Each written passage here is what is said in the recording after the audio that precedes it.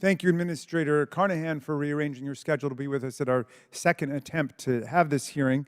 The Oversight Dems are committed to a transparent and effective federal government that will provide exceptional service to the American people. The GSA is in charge of the government's use and provision of real estate, acquisition services, and technology. It provides the services and the products that federal agencies need to meet their missions for the people.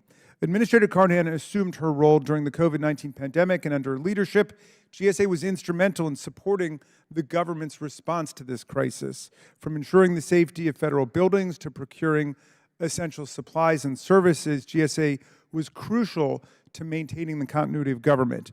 With the American Rescue Plan, the Bipartisan Infrastructure Law, and the Inflation Reduction Act, Democrats have led the way to fund GSA and make the government a leader in addressing the challenges of the new century.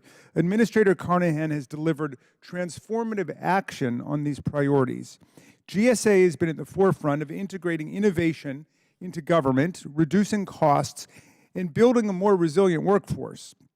It's preparing the federal government for the future of work with its Workplace 2030 initiative, using federal purchasing power to support small businesses and middle-class jobs, and confronting the climate crisis by reducing federal greenhouse gas emissions, investing in sustainability, and shifting to an electric vehicle fleet. GSA is also improving access to government services for all Americans. It's drawing lessons learned from the pandemic to better assess the government's real property needs and helping federal agencies reduce their footprint, prudent actions that can save taxpayers hundreds of millions of dollars.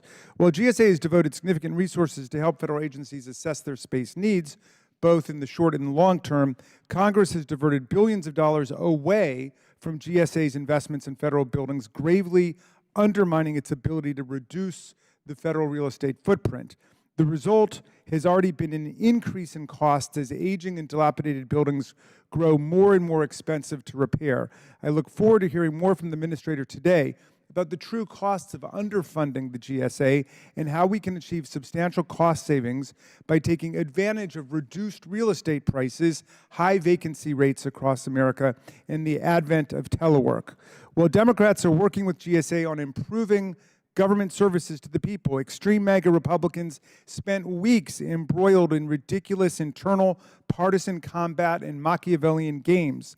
This hearing was originally scheduled for October 19th, but our good chairman had to cancel it the night before.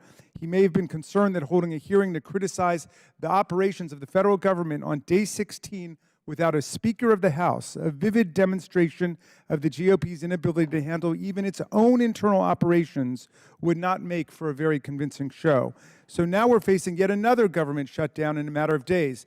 This emerges again from the GOP majority's self-described chaos and division and clown show.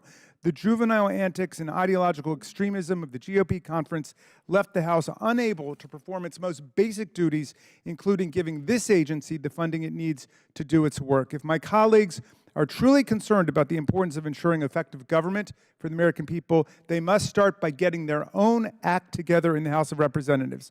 With that, I look forward to hearing testimony this morning from Administrator Carnahan on the GSA's important work, and thank you kindly, Mr. Chairman. I yield back.